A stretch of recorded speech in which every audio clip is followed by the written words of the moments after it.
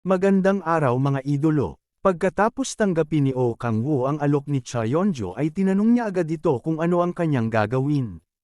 Sinabi naman ni Cha Yeon-jo na sasabihin niya din sa tamang panahon sapagkat sa level daw ni Oh Kang-woo ay hindi niya magagawa ang lahat ng gawain. Ngunit mas malakas pa ako kaysa sa iyong iniisip, wika ni Oh Kang-woo. Sa sinabi niya ay ngumiti si Cha Yeon-jo at sinabi na kaya hindi niya kayang sabihin ang ipapagawa kay Oh Kang-woo dahil sa kakulangan daw nila ng ebidensya. Sa ngayon ay ilagay mo muna ang iyong numero, wika niya. Habang nilalagay ni Oh Kang-woo ang kanyang numero ay tinanong niya ito kung kailan niya pwedeng kuhain ang equipment. Sinabi naman ni Cha Yeon-jo na maaari niya itong kunin kahit kailan. Tinanong pa siya nito kung gusto niya na ba kunin sa ngayon. Pumayag naman si Oh Kang-woo sabay na sinabi sa sarili na kailangan niya daw ng equipment para makaipon ng demonic energy.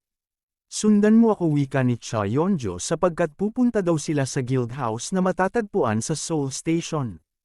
Isang magandang kotse ang pumukaw sa pansin ng lahat. Pagmamayari ito ni Cha Yeon-jo na kinagulat naman ni Oh Kang-woo. Napatanong siya kung magkano ang halaga ng kotse ni Cha Yeon-jo. Sinabi naman ni Cha Yeon-jo na base sa kanyang pagkakatanda ay binili niya ito sa halagang 10 milyon na kinagulat naman niya. Habang nakasakay ay namamangha si Oh Kang-woo sapagkat swabe ang galaw. Sinabi naman ni Cha Yeon-jo na kung gusto daw ni Oh Kang-woo ang parehong sasakyan ay bibilhan siya nito. Hindi naman makapaniwala si Oh Kang-woo at sa sobrang saya ay tinawag niya si Cha Yeon-jo sa salitang nuna. Sa sinabi ni Oh Kang-woo ay makikita sa mukha ni Cha Yeon-jo ang galit sabay na sinabi na ang kanyang narinig ay nakakasuka. Sa kalye ka tumingi, wika ni Oh Kang-woo sabay na sinabi na kung gusto siya bigyan ay okay lang. Habang si Cha Yeon-jo naman ay hindi pa rin maalis ang galit. Sa mahabang usapan ay nakarating na sila sa Red Rose Guild. Namangha si Oh Kang-woo sapagkat sobrang laki raw nito. Dagdag pa niya na kasing laki daw ito ng Player Support Center. Pagpasok nila ay sinalubong sila ng dalawang lalaki. Ang isa ay nagpakilala, siya si Park Hyun-woo, ang team leader ng personnel management team. Nagpakilala din siya at napansin ng malaking lalaki na tinititigan siya ng masama. Siya si Moon Young-ho, ang commander-in-chief. Nagpasalamat naman si Park Hyun-woo sa pagtanggap sa alok ng Red Rose Guild sabay na tinanong si Oh Kang-woo kung gusto niya ba na pumasok sa equipment storage ay sasamahan siya nito. Sasama din ako, wika ni Moon Young-ho sapagkat aalamin niya daw kung anong klaseng tao si Oh Kang-woo. Pumayag naman si Cha Yeon-jo sapagkat mas maganda raw kapag magkakilala sila ng lubos. Pumunta sila sa 15th floor kung saan matatagpuan ang storage ng Red Rose Guild. Sinabi ni Cha Yeon-jo na hindi niya raw mabibigay lahat ng gustong equipment ni Oh Kang-woo. Ngunit maari niya daw hiramin ang epic rank equipment pababa at para sa unique rank pataas ay magkakaroon na daw ng bayad. Ang silid ay punong-puno ng mga armas. Tinanong niya si Cha Yeon-jo kung meron legendary or mythic items sa storage guild. Sumagot naman si Cha Yeon-jo na ang mga legendary at mythic equipment ay ginagamit nila. Dagdag pa niya na mayroon siyang legendary rank. Napatanong si Oh Kang-woo kung magkano ang kanyang ibabayad kapag hihiram siya ng legendary equipment. Sinabi ni Cha Yeon-jo ay makakahiram daw ng legendary equipment kapag magbabayad ng 50 million won. Sa narinig niya ay makikita sa mukha ang pagkadesmaya. Kaya naman sinabi ni Oh Kang-woo na tingnan muna niya ang mga epic equipment. Pagkatapos niyang magsalita ay napalingon na lang ang dalawa. Si Moon Young-ho ay galit na galit habang nagpapalabas ng enerhiya. Sinabi ni Moon Young-ho kay Oh Kang-woo na kailangan niya daw galangin si Cha Yeon-jo kapag makikipag-usap. Makikita din sa mukha ni Moon Young-ho ang galit habang si Oh Kang-woo naman ay natutuwa pa sabay na sinabi na ayaw niya. Sa sinabi ni Oh Kang-woo ay lalong nagalit si Moon Young-ho sabay na binunot ang kanyang armas. Pinigilan siya ni Cha Yeon-jo at galit na tinanong kung ano ang gustong gawin ni Moon Young-ho. Habang nanginginig sa takot ay sinabi ni Moon Young-ho na nadala lang siya ng galit. Galit naman na sinabi ni Cha Yeon-jo na huwag makialam sa usapan nila ni Oh Kang-woo. Binalaan niya din si Oh Kang-woo na huwag makipag-away kay Moon Young-ho dahil baka masama daw ang sapiti ni Oh Kang-woo. Nang papaalis na si Moon Young-ho ay tinawag niya si Cha Yeon-jo bilang nuna. Sinabi ni Oh Kang-woo na hindi niya na daw kailangan ng kotse bagkus pahiramin na lang siya ng unique rank equipment. Nang marinig ito ni Moon Young-ho ay galit na sinugod si Oh Kang-woo. Sa kanyang ginawa ay galit na hinarang ni Cha Yeon-jo ang tira. Sabay na sinabi na hindi ito nakikinig sa pinag-uutos. Dagdag pa niya na kapag makialam ulit si Moon Young-ho ay tuturuan niya ito ng aral sapagkat sa ipanapakitang asal ay hindi makikita na siya ang Commander-in-Chief. Humingi ng tawad si Cha Yeon-jo sa ginawa ni Moon Young-ho.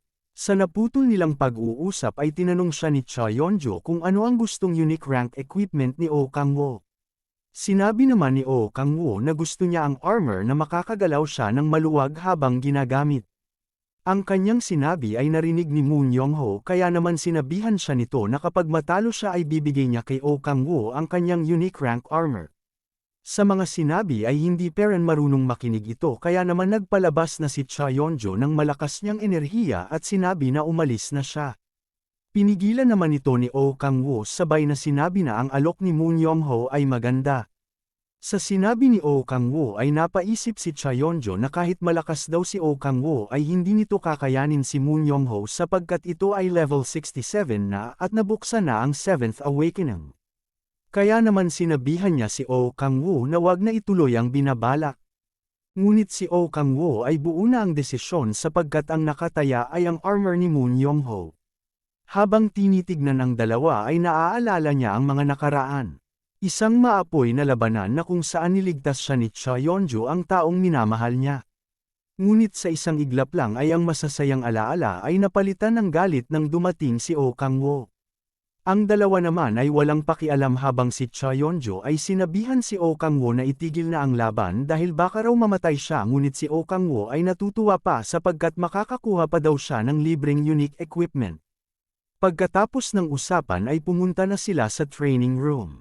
Namangha naman si Oh Kang-woo habang si Moon Young-ho ay nakuha pa nitong magyabang. Nilapitan siya ni Cha Yeon-jo at lihim na sinabi na kapag iniisip niya ang mga kaganapan ay talaga namang nakakahibang. Sa sinabi ni Cha Yeon-jo ay tumawa lang si Oh Kang-woo habang si Moon Young-ho naman ay sinabi na umpisahan na agad. Bibigyan kita ng 3 pagkakataon kaya naman maaari muna akong atakihin wika ni Moon Young-ho.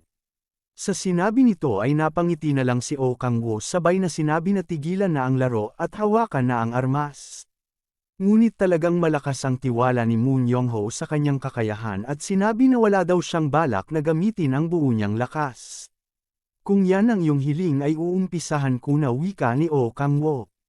At gamit ang power of speed ay mabilis na lamahon na kinagulat naman ni Cha Yeon-jo. Sa kanyang bilis ay hindi na magawang makailag pa. Sa mabilis na pag-atake ay tumilapo ng malakas si Moon Young-ho. Sumigaw siya ng malakas at sa tinanggap na sipa sa tiyan ay naging dahilan ng pagsusuka. Sa bilis ng pangyayari ay hindi makapaniwala si Cha Yeon-jo. Delikado yun wika ni Moon Young-ho. Dagdag pa niya na kung hindi niya gamit ang gargoyle armor ay siguradong talo na siya. Kaya naman napagdesisyonan niya na gamitin na ang kanyang armas. Sa mga kaganapan ay sinabi ni Oh Kang-woo na kung nasaan na raw ang 3 pagkakataon na sinabi ni Moon Young-ho. Habang naghahabol ng hininga ay tinanong siya nito na kung ano ang ginawa nito sa kanya. Sumagot naman si Oh Kang-woo na ang madaling paliwanag ay sadyang mas malakas lang talaga siya. Sa kanyang sinabi ay kinagalit ni Moon Young-ho sabay na sinabi na imposible ang lahat sapagkat sa loob lang ng 3 linggo ay sobrang lakas na daw ni Oh Kang-woo. Sa kanyang narinig ay tumawa siya ng malakas. Sabay na sinabi na siseryosohin na niya ang laban. Dahil nanunood si Cha Yeon-jo ay hindi daw siya pwedeng matalo. At gamit ang kanyang armas ay sumigaw siya ng malakas. Ginamit niya ang Blade of Unreserved Slaughter. Sa nasaksihan ni Oh Kang-woo ay nakuha niya pang tumawa. Sinabi niya na kung kailangan pa ba isiga ang pangalan ng skill.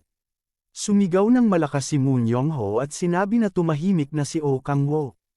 At mula sa malayo ay sumugod kay Oh Kang-woo. Sinabi sa sarili na hindi na daw kailangan na makipagsabayan kay Moon Young-ho. Kaya naman gamit ang kanyang kamay ay ginamit niya ang power of shadow. At habang papalapit ay naapakan ito ni Moon Young-ho. Akala ni Cha Yeon-jo ay matatalo na si Oh Kang-woo kaya naman pinapatigil na niya si Moon Young-ho. Ngunit huli na ang lahat dahil si Oh Kang-woo ay may magandang plano. Gamit ang power of shadow na naapakan ni Moon Young-ho ay lumitaw siya sa likod. Sa bilis ng pangyayari ay hindi na niya makita si Oh Kang-woo. At mula sa likod ay hinawakan niya si Moon Young-ho sabay na sinabi na siya ay talo na. Habang nasa likod ay ginamit niya ang power of shockwave. Gamit ang power of shockwave ay naging dahilan ng pagtilapon ng malakas. Nasa sobrang lakas ay nawalan ito ng malay. Sa nasaksihan ni Cha Yeon-jo ay sobra siyang namangha. Gaya ng sinabi ko sa iyo ay mas malakas pa ako kaysa sa iyong iniisip, wika ni Oh Kang-woo. Pagkatapos ng laban ay sinabi ni Cha Yeon-jo na aalisin na daw niya si Moon Young-ho sa guild. Binalaan niya din raw ang ibang guild member. Humingi ng tawad si Cha Yeon-jo habang si Oh Kang-woo naman ay natutuwa sapagkat nakuha na niya ang unique armor ni Moon Young-ho. Sinabi sa sarili na ang kanyang armor na nakuha ay may mga magandang katangian. Naisip niya na si Moon Young-ho ay hindi sumunod sa mga sinasabi ng guildmaster, ngunit nagpapasalamat daw siya sapagkat nakakuha siya ng libreng unique equipment. Sinabihan niya si Cha Yeon-jo na kapag naulit raw ang mga nangyari ay baka mag-iba siya ng plano. Sinabi naman ni Cha Yeon-jo na pinapangako niya na ang lahat ng miyembro ng Red Rose Guild ay gagalangin siya. Alam ko naman na gagawin mo yan, wika ni Oh Kang-woo, ngunit ang armor daw ay sobrang laki para sa kanyang katawan. Sinabi ni Cha Yeon-jo na iwan ito sa kanya para makuha ang tamang sukat ni Oh Kang-woo. Iniwan naman ito ni Oh Kang-woo at nagpasalamat sabay na lumabas sa guild. Pag-alis ni Oh Kang-woo ay napaupo na lang si Cha Yeon-jo sabay na napaisip na kung paano natalo si Moon Young-ho sapagkat si Oh Kang-woo ay 3 linggo pa lang nagiging player. Kaya naman naisip niya na baka raw sa pamamagitan ni Oh Kang-woo ay makakapasok na ang Korea sa World Ranker. Ang World Ranker ay binubuo ng 8 pinakamalalakas na player sa buong mundo.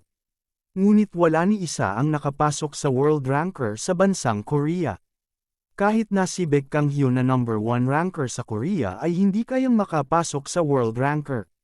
Sa malalim niya na pag-iisip ay pumasok si Park Hyun-woo. Sinabi ni Cha Yeon-jo na ang gargoyle armor ay pagmamay-ari na ni Oh Kang-woo. Magkakaroon daw sila ng meeting bukas kaya naman inutusan niya si Park Hyun-woo na sabihan ang lahat ng guild members. Nalulungkot naman si Park Hyun-woo sa pag-alis ni Moon Young-ho sa guild. Ngunit sinabi ni Cha Yeon-jo na kasalanan din ni Moon Young-ho ang nangyari. Sinabi ni Park Hyun-woo na meron siyang importanteng sasabihin. Ang gobyerno daw ay matagumpay na nakagawa ng spy sa demonic order. Kapag magpatuloy daw ang kanilang ginagawa ay makakakuha na sila ng impormasyon sa pagkakataong ito. Sa sinabi ni Park Hyun-woo ay galit na sinabi ni Cha Yeon-jo na maghanap pa sila ng mas maraming impormasyon.